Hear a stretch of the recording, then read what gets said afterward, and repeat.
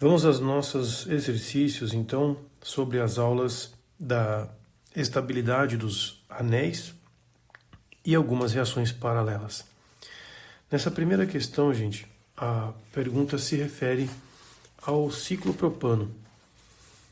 Na hidrogenação do composto, e aqui embaixo está desenhado, obtém-se um produto cuja estrutura é mais corretamente representada por quê? Então, vamos lembrar que os anéis têm uma angulação que podem gerar realmente um estresse, e isso causa a ruptura, né? Inclusive, esses ciclos propanos são normalmente explosivos. Então, para a gente poder representar aqui esta reação de hidrogenação, na primeira questão, nós podemos então desenhar esse ciclo, ok? Ciclo propano, mais hidrogênio, formando justamente com a ruptura da ligação aqui, esses carbonos vão se separar, formando uma cadeia aberta com 3 carbonos, onde nós teremos aqui o propano, cujo ângulo de ligação, gente, é um ângulo de uma hibridização sp3, ou seja, é um tetraedro, 109 graus e 28 minutos, aproximadamente, o que nos dá a alternativa D, o ângulo de 109 graus, até o ângulo foi cobrado. Bom, vamos recordar que a Fundação Carlos Chagas é uma fundação que executa provas de concurso público. Beleza, vamos lá. Segunda questão. O ângulo de maior estabilidade do carbono em que não há tensões nas ligações. Bom, acabamos de mencionar, gente, é a letra A, né? 109 graus e 28 minutos. Esse é o ângulo que se estabelece um tetraedro. Para recordar, né, como que se pensa a química sobre esse assunto, quando você pega um carbono tetraédrico, os seus ângulos, né, dessas ligações, todos vão ter essa disposição, e aqui está os 109 graus e 28 minutos. Né? Perdão aí, gente, meu narizinho não está legal. Então, essa é a geometria mais importante aqui nessa questão. Beleza, vamos à próxima. Considerando os seguintes compostos: ciclopropano, ciclobutano, ciclopentano, podemos afirmar que o mais estável ou o menos estável? A pergunta é referente à estabilidade dos anéis. Então vamos lá. Sabendo que o ângulo de estabilização mais tranquilo para o carbono, né, mais favorável para o carbono, é 109 graus, nós podemos aqui colocar um ciclopropano, ciclobutano e um ciclopentano, ok? Bom, todos devem recordar que a soma dos ângulos internos de um triângulo é 180, e se é um triângulo equilátero, esse ângulo vale 60 graus, ok? Então, sem segredos, creio que não há problema de deduzir que aqui é 60 graus. No quadrado, mesma história, né? Nós temos a soma 360, então o ângulo aqui é 90 graus. No caso do pentágono, alguns podem não recordar, né? Mas a fórmula seria: o ângulo interno é 180, número de lados menos 2, dividido pelo próprio n, que é o número de lados. Essa seria a somatória, o ângulo interno. Colocando o 5 aqui e o 5 aqui embaixo, você vai conseguir chegar ao valor de 108 graus. Veja que o pentágono ele apresenta uma configuração que é razoavelmente próxima dos 109 graus e 28 minutos. Então, esta estrutura é a mais estável em relação às demais. Esta aqui, com certeza, será a menos estável.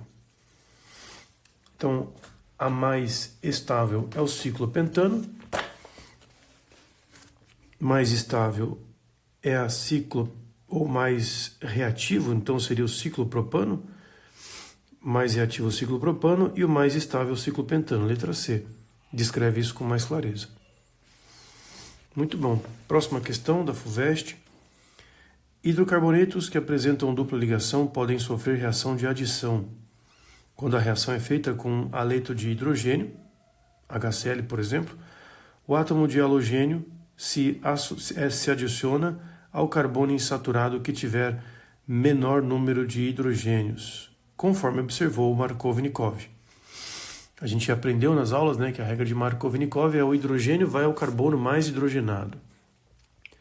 Usando esta regra, dê a fórmula e o nome do produto que se forma na adição de HI neste propeno e de HCl neste metilciclohexeno. Ok? Vamos lá. Então, primeiramente, quarta questão, nós temos HI mais essa cadeia carbônica. Aqui nós sabemos que existem 2 hidrogênios e aqui apenas um.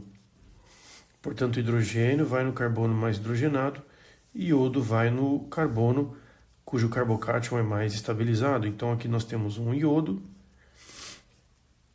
e aqui a cadeia carbônica. Percebe que nessa representação de bastão, os hidrogênios são engolidos, mas eu vou representá-los, ok? Então nós teríamos aqui essa disposição. Este H já estava na fórmula antigamente, esse H e esse H também. Surge um novo hidrogênio, vamos colocar o vermelhinho, né? E aqui um iodo, ok? Ele pede apenas, dê a fórmula e o nome. Este aqui seria o 2-iodo propano. Ok? Agora o outro, nós temos um ciclo com HCl, aqui uma dupla e um CH3. Essas cadeias carbônicas escondem os hidrogênios, isso é muito ruim. Então aqui eu vou destacar esse hidrogênio, gente. Hidrogênio vai no carbono mais hidrogenado, cloro vai no carbono menos hidrogenado. Portanto, nós vamos manter o ciclo, não haverá quebra dele. Cloro aqui e CH3. E aqui os 2 hidrogênios. Lembrando que este que eu coloco agora em vermelho é o hidrogênio que entrou e aqui o cloro que entrou também. Esse rapazinho é um ciclohexano com um cloro, um metil, ciclohexano. Muito bom. Bem tranquila a questão, veja que o anel não se rompe, né? Nessa questão de estabilidades dos anéis. Próxima questão da FUVEST também. Das substâncias diferentes, duas substâncias diferentes, têm fórmula molecular C6H12. Uma delas, quando submetida à atmosfera de hidrogênio na presença de um catalisador, reage com o gás, e a outra não. Qual a razão desta diferença de comportamento? E escreva uma fórmula estrutural possível para cada uma dessas substâncias. Bom, minha gente, aqui o caso, ela é bem feita essa questão, porque nós temos uma curiosidade, né? C6, questão 5, C6H12. C6H12, gente, nós temos que recordar que isso pode representar para nós um CnH2n, que por sua vez é um alceno, ou um ciclano. São as duas possibilidades quando se coloca essa fórmula molecular, C6H12. Portanto, eu posso pensar num alceno, um alceno qualquer, gente. 1, 2, 3, 4, 5, 6. Põe uma dupla aqui no primeiro carbono. Ou nós podemos pensar no ciclohexano, que é uma cadeia fechada sem dupla. Veja que nessa representação da cadeia fechada, o anel é estável, não reagindo com hidrogênio, diferente do ciclo propano que nós fizemos lá no início. Portanto, o fato desse anel ser estável, né, permite afirmar com hidrogênio não reage. Mas esse aqui com hidrogênio vai sim reagir e formar um propano, hexano, perdão, normal, né? Uma cadeia saturada normal. Assim como esta também é normal, né? Não é ramificada. Mas nós temos uma dupla que é hidrogenada. Então essa seria a ideia dessa questão. Nós já acabamos escrevendo as suas reações, inclusive, e as estruturas possíveis para essa questão. Bastante interessante. Próxima questão de Lavras. O produto da hidrogenação do ciclo hexeno está apresentado na alternativa. Bom, ele fala ciclo hexeno, correto? A hidrogenação de um ciclo hexeno, gente, necessariamente vai deixar como resultado um ciclo hexano, ok? Creio que não seja muito difícil, nós fizemos algo parecido, mas vamos fazer a reação só para deixar claro, né, o que acontece. Um ciclo hexano qualquer, quando em contato com o hidrogênio, vai formar um ciclo hexano. Essa seria a reação da hidrogenação dessa dupla. Cada mol de ligação dupla vai reagir com um mol de hidrogênio. Letra A, portanto. Próxima questão. 2 hidrocarbonetos insaturados, que são isômeros, foram submetidos separadamente à hidrogenação catalítica. Cada um deles reagiu com hidrogênio na proporção em mols de 1:1, obtendo-se, em cada caso, o hidrocarboneto de fórmula C4H10. Os hidrocarbonetos que foram hidrogenados poderiam ser. Veja, eu acabei dando dicas da própria questão, né, quando eu falei da proporção 1:1, ou seja, cada dupla reage com um hidrogênio. Aqui ele estabelece essa proporção também, falando que é 1:1. Com isso, minha gente, os 2 hidrocarbonetos insaturados, ele deixa isso claro, né, eles precisam ser de cadeias abertas, primeiro ponto. Essa insaturação, ela necessariamente indica para mim uma dupla. Poderia ser o caso de um ciclo hexano, como nós vimos anteriormente, ok? Um ciclo, desde que seja estável, pode realmente ter uma dupla e permanecer ciclo. Mas olha que as alternativas não contêm nenhum ciclo. E aí vem o detalhe, né? Como é 1:1, gente, aí está um detalhe interessante.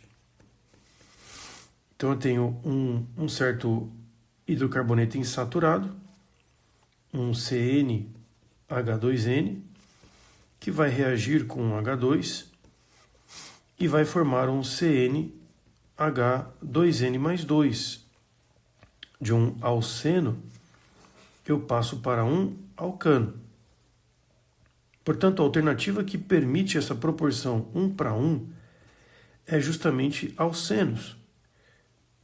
Se você observar aqui nas alternativas, a letra A tem alcino.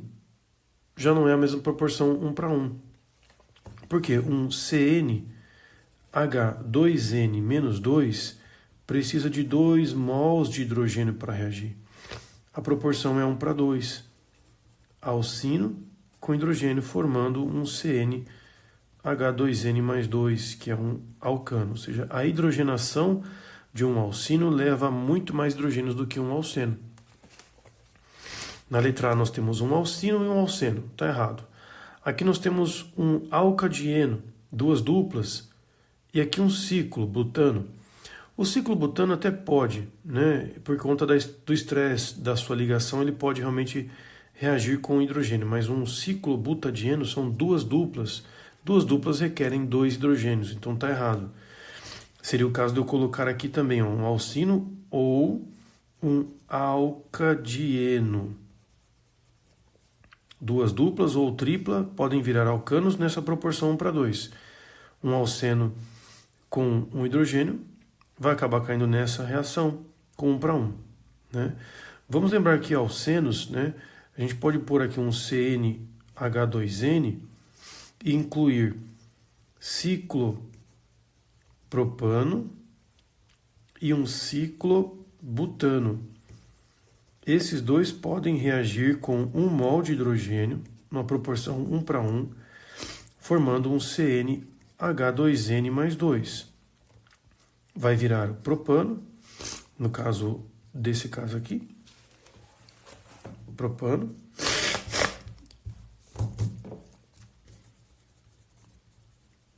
E aqui vai formar um butano. Assim o exercício fica com bastante clareza aqui sobre cada caso, ok, gente? Então esse seria um resuminho interessante aí de possíveis reações de hidrogenação para alcenos, alcinos, alcadienos ou ciclos, particularmente ciclopropano e ciclobutano. Então a alternativa correta, vamos lá, tem que ter 2 alcenos. Veja que na letra C você tem o buteno 2 e o 2-metilpropeno. São 2 alcenos, ok? Na letra D tem o butino, depois tem buteno, na letra E tem o buteno e depois aparece uma cadeia aberta, metilpropano, que não tem nada a ver. Então a letra C é a melhor, meus caros, pois tem 2 alcenos que reagem com 1 mol de hidrogênio. Continuando então, nós vamos agora ao 8º exercício desta sequência, que vai nos trazer de novo cadeias fechadas. Então vamos lá. Essa questão 117 da Unip. O composto que reage mais facilmente com hidrogênio. Bom, de novo está levando em conta a estabilidade dos anéis, meus caros. Nós temos ciclopentano, ciclobutano, ciclopropano e 2 ciclohexenos, né? Cuidado, ciclohexanos.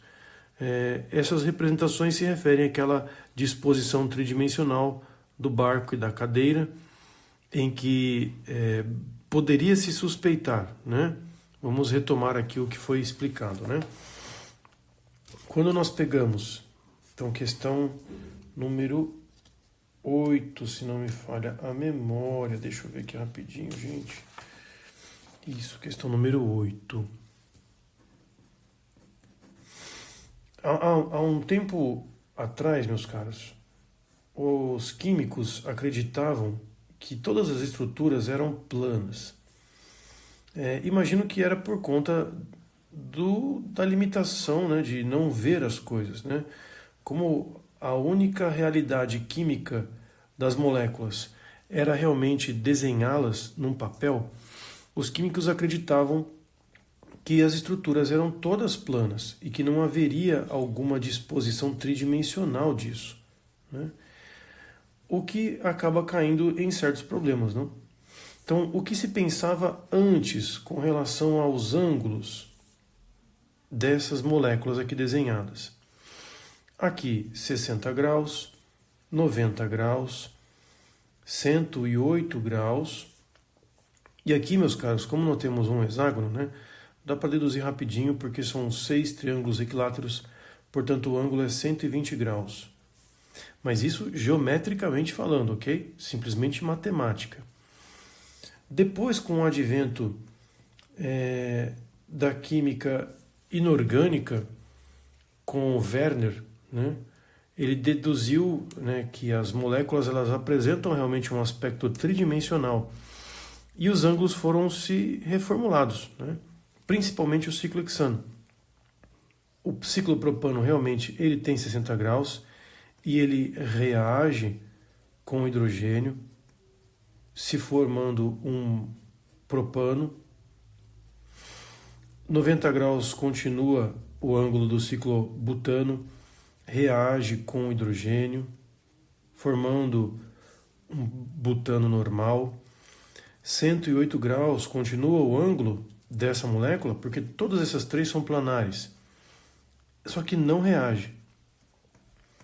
Não reage por conta da estabilidade do anel. E este, a princípio, reagiria, porque 120 graus é diferente de 108, só que, na real, o ângulo é de 109 graus e 28 minutos. Porque aqui a disposição tetraédrica ela é garantida, e esse anel não reage.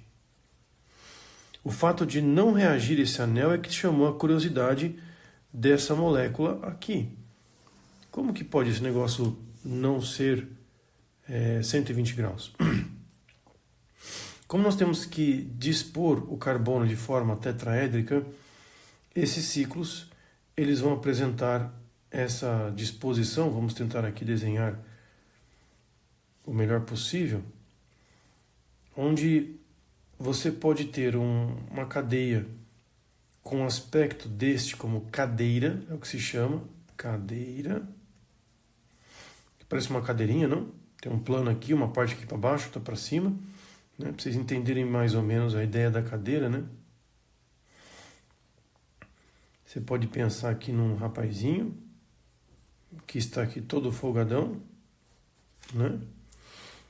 E tem também o barco, a disposição barco, que seria cadeira, carbono, né? Desce aqui um carboninho, desce aqui mais um carboninho, e agora ele sobe, gente. Esse carbono sobe aqui, sobe lá.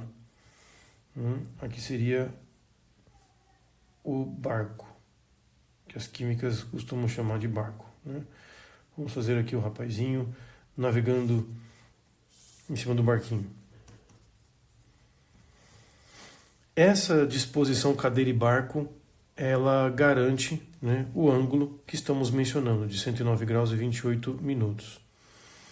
Portanto, percebemos que os reativos são o ciclopropano e ciclobutano, mas o mais reativo, né, é o ciclopropano, mais reativo. Como eu mencionei, é usado até para fazer explosivo.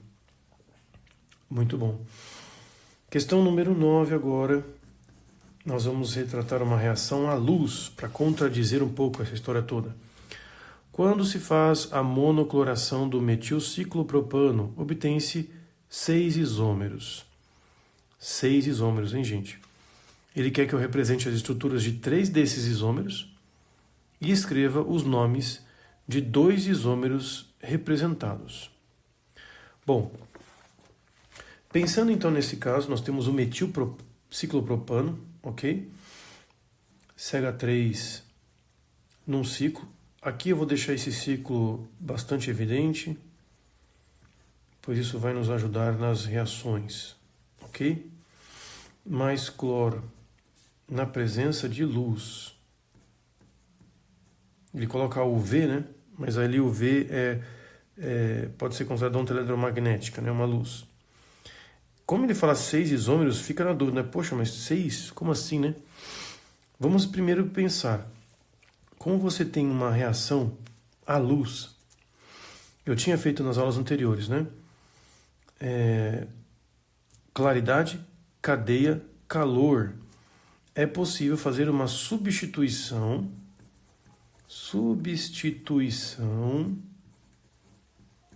radicalar, que são as substituições envolvendo radicais livres. Então, esta cadeia vai se quebrar, perdendo um hidrogênio e soltando para ligar com o cloro. A princípio, essa seria a primeira molécula que a gente poderia formar. E como subproduto sai HCl. Um Cl fica para receber o H e outro vai para pegar o lugar deste H que saiu. O nome dessa molécula seria, aqui é um carbono com um radical propil, né? Você poderia citá-lo como um radical ciclopropil. Ciclopropil é um radical. O cloro também entra na história. Cloro, metano. Como se o ciclo fosse um radical. Agora, existe outra possibilidade de substituição aqui. Como a reação é radicalar, ela consegue precisamente arrancar hidrogênios. Uma outra possibilidade seria pegarmos esse hidrogênio aqui. Então, vamos colocar aqui embaixo CH3 com um Clzinho aqui e a cadeia carbônica. Ok? Muito bom.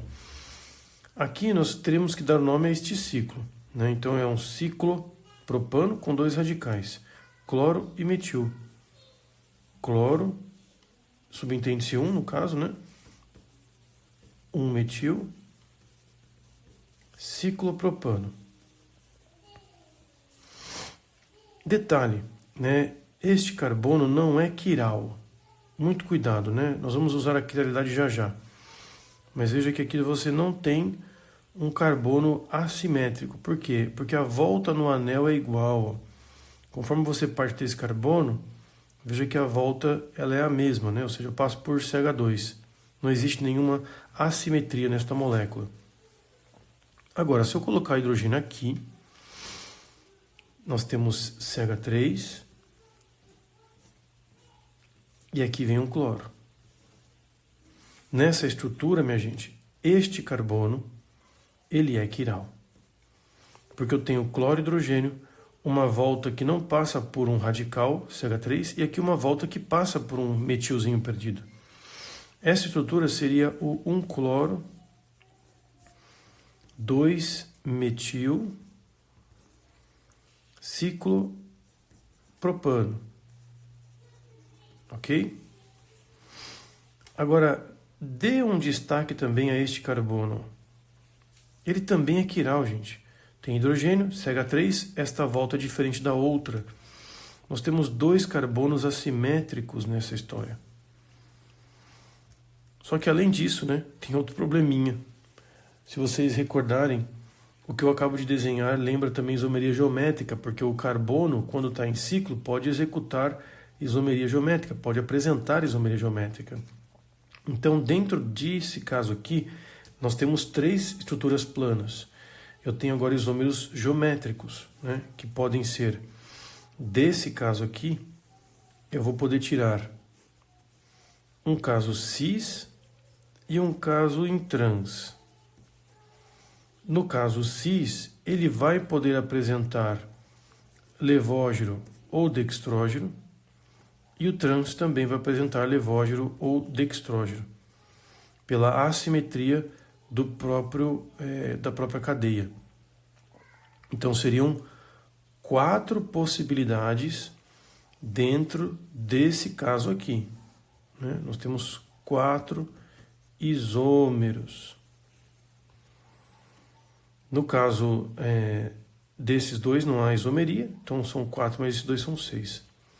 Aqui nós fizemos todos os casos possíveis que ele queria, né? A representação, né, 3. Por que ele pede a estrutura de 3? Né? Porque, de fato, são os 3 que podem ser representados de forma mais rápida e as suas nomenclaturas estão aqui, dos 3, inclusive, né? Não só de 2. Perfeito, queridos. Agora vamos à 10ª questão. Uma questão bem chatinha. Os aldeídos reagem com ácido cianídrico, né, formando o quê? Antes de executar a reação, vamos pensar aqui nas opções, nas alternativas, né? Primeiro que ele define, ou ele fala na alternativa A de oxima. Oxima, gente, é uma imina, né, digamos que é um carbono com dupla no nitrogênio, tendo, portanto, uma hidroxila na ponta. Isso aqui é uma oxima, gente. E aqui você pode pôr qualquer tranqueira, né? R's aqui. Isso é uma oxima. Letra B, hidrazina. A hidrazina nada mais é do que nitrogênios ligados entre si. Seria isso aqui uma hidrazina.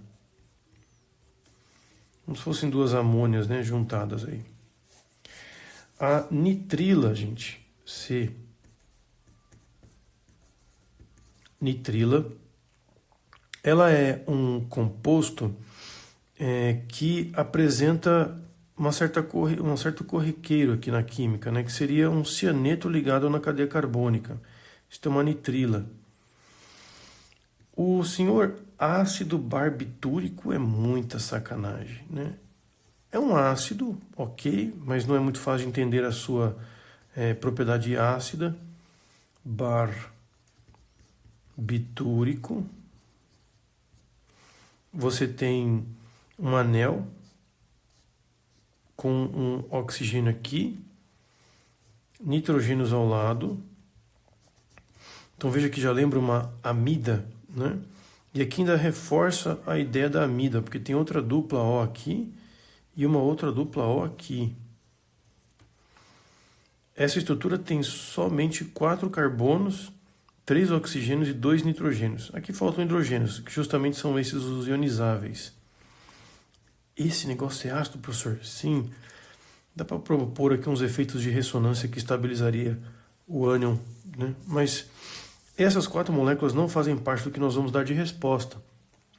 Vocês vão perceber que a resposta é a cianidrina, que é um composto feito a partir de uma reação com um aldeído que vai gerar aqui um H, né? Um OH e um CN, C-tripla-N. Nós precisamos destacar aqui, para ficar claro, né, na reação, esse H e este CN, porque na questão ele fala, né, do ácido cianídrico, que é o HCN, reagindo com um aldeído. Então, vamos tentar fazer esta molécula aparecer, meus caros. É uma reação de adição. Está aqui porque, de alguma forma, isso envolve ou não o assunto que está vindo de adição. Então, vamos lá representar esse negócio um pouquinho melhor, né? Então, nós temos um aldeído. Essa é questão 10, não é? Isto.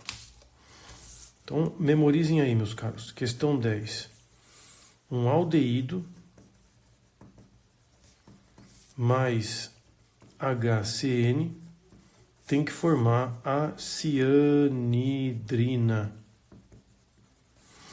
Vamos pegar aqui um carboninho simplesinho, C-dupla-O, H mais HCN. Um dos Hs, meus caros, vai se adicionar lá no oxigênio, cargas opostas, né? Mais com menos, e o cianeto vem aqui, nesse carbono da carbonila. Daí forma-se OH, CN e Hzinho, né? A cianidrina é um precursor muito famoso para muitas reações, daí a importância dessa reação. Muito bom. Próxima questão, questão 11. Ela retrata a redução do butanal. Forma que composto, gente? Aldeído. Aldeído mais hidrogênio. Vai formar quem? Vai formar um álcool, queridos. Um álcool primário, inclusive. Vamos mostrar aqui a reação. Veja que nessas duas reações, o que está sendo enfatizado é a reação de adição na dupla ligação, né? Percebe que são duas coisas virando uma só. Seja HCN, seja H2. Um dos hidrogênios vem aqui no oxigênio, o outro hidrogênio vem no carbono. E aí nós temos esta molécula, um álcool primário. Como na questão fala de butanal, do butanal vai formar butanol, né? Então nós temos a letra C aqui como resposta. Perfeito? Muito bom. Vamos agora à questão 12, nossa última questão. A patulina, que é essa coisa feia aqui formada, é uma molécula bicíclica de origem fúngica, que pode ser obtida pela reação abaixo. Nós temos essa reação formando esse troço. Sabendo que a rotação óptica do produto da reação é 0, indique a proporção de cada um dos enantiômeros formados. Isso é uma questão de isomeria ótica pura, né? No item A, qual é o detalhe? A mistura racêmica. Toda mistura racêmica, ela é composta de moléculas quirais com 50% de proporção entre levógeno e dextrógeno. Por isso, a rotação do ângulo da luz aí é 0. Porque enquanto um tenta rodar à esquerda, o outro gira à direita. Por isso não há nenhuma menção de desvio óptico aqui na luz, onde as moléculas deveriam ser, né, segundo o próprio texto aqui mostra que ela é D ou L, né, ou seja, dextrógeno e levógeno, ela é assimétrica. Portanto, deveria desviar a luz. Mas na hora que isso é feito, tanto a reação pode acontecer num sentido quanto em outro. Indique o tipo de reação apresentada na formação de 1. Essa questão ela é bem interessante, porque é uma reação de um álcool num aldeído, ok? Vamos lá. Então, item B da questão 12, nós podemos entender da seguinte forma. Lá nós temos um OH, um grupo R aqui, né, que seria o resto da cadeia, e aqui aparece uma dupla O, Hzinho, e o resto da cadeia. Vamos colocar R1, R2, certo? Bom, primeiro passo, esse par de elétrons, ele vai atacar esse carbono. Esse carbono, gente, ele está com déficit de elétrons, certo? A eletronegatividade aqui do oxigênio faz com que ele fique bastante positivo, o carbono, ok? O oxigênio a gente sabe que é eletronegativo. Então isso chama a atenção desse par de elétrons, que vem aqui e pimba, e se adere aqui nesse carbono, estabelecendo uma ligação. Essa nova ligação vai ser feita e o nosso carbono só faz 4 ligações, não dá para fazer uma quinta ligação. Por isso que esse par de elétrons agora ele vai voltar para o oxigênio, para dar espaço ao carbono e estabelecer essa nova ligação. Em compensação, esse hidrogênio ele vai ter que sair daqui. Esse hidrogênio ele está representado coladinho aqui com o oxigênio, mas existe uma ligação química aqui, correto? O oxigênio faz 2 ligações. Tem uma com o carbono aqui, um par de elétrons livre, outro par de elétrons livre e o hidrogênio. Então, um desses pares de elétrons vai vir aqui atrás desse hidrogênio. Essa reação, gente, ela pode acontecer por cima ou por baixo do carbono, já que isso aqui é uma estrutura planar, né? Nós poderíamos desenhar essa história, pensando aqui rapidamente num plano, desse jeito aqui, ó. Imagina um triângulo, né? Um plano. E aí tem esse oxigênio com esse hidrogeninho aí. O par de elétrons que vai atacar pode ser por cima ou pode ser por baixo. Isso eu só estou explicando, gente, para mostrar como que se pode, né, surgir futuramente depois um composto levógiro ou dextrógiro. É por conta desse ataque em cima de uma coisa planar. Qual que é o destino disso aqui? Bom, o oxigênio ele vai se ligar então ao carbono, que já tem um hidrogênio, um grupo R2, esse O vai ficar com H, e ali temos o R1. Veja que este carbono, que está aqui, ele é assimétrico, por isso a sua isomeria. Isso se deve a esse ataque, o ataque nucleófilo do álcool em cima de um aldeído, gerando um composto, né, cuja estrutura é chamada M-acetal. É uma outra função orgânica que não é comum no ensino médio, mas está aqui apresentada, né? M-acetal costuma ser sempre recordado como meio que um éter com um OH do lado, né? Esse carbono aqui, ó, é o detalhe dele. Tudo bem, queridos? É isso. Obrigado por assistirem. Muito obrigado por acompanhar as aulas. Fiquem com Deus e até a próxima.